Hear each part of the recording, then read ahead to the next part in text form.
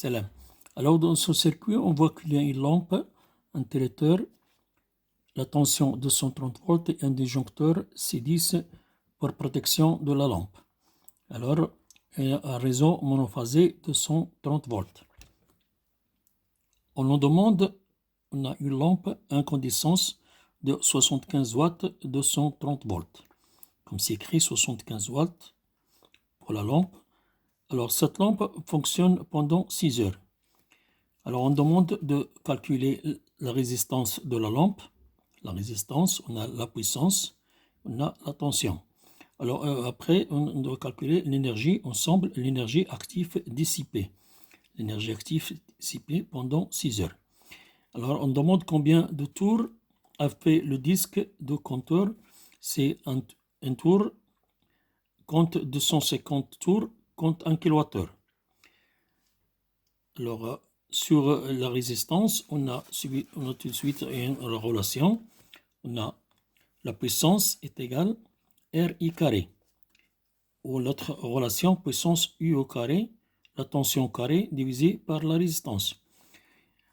Ou la résistance est égale à la tension au carré divisée par la puissance. Comme dans notre cas, on sait la puissance 75 watts et la tension de 130 volts.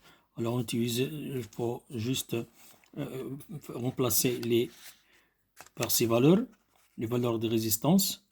Alors, les valeurs de tension, plus la puissance. Alors, la tension au carré, ça veut dire 230 au carré divisé par 75. Alors, la résistance égale 705,33 watts. Ici, la réponse A. Calcul de résistance, on a trouvé juste la relation, on a appliqué juste la relation, la résistance égale U au carré divisé par P. Pi, la puissance. La puissance, 75 watts.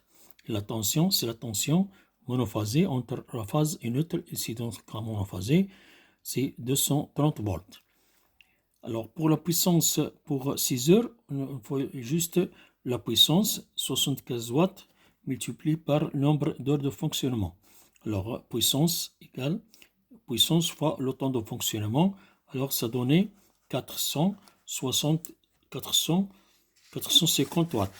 450 watts heure, c'est watts par heure. 450 watts par heure de la puissance dissipée pendant les heures de fonctionnement de la lampe de 75 watts. Alors, on a l'énergie, 0, conversion en kilowatts, on a 0,45 kW à l'heure.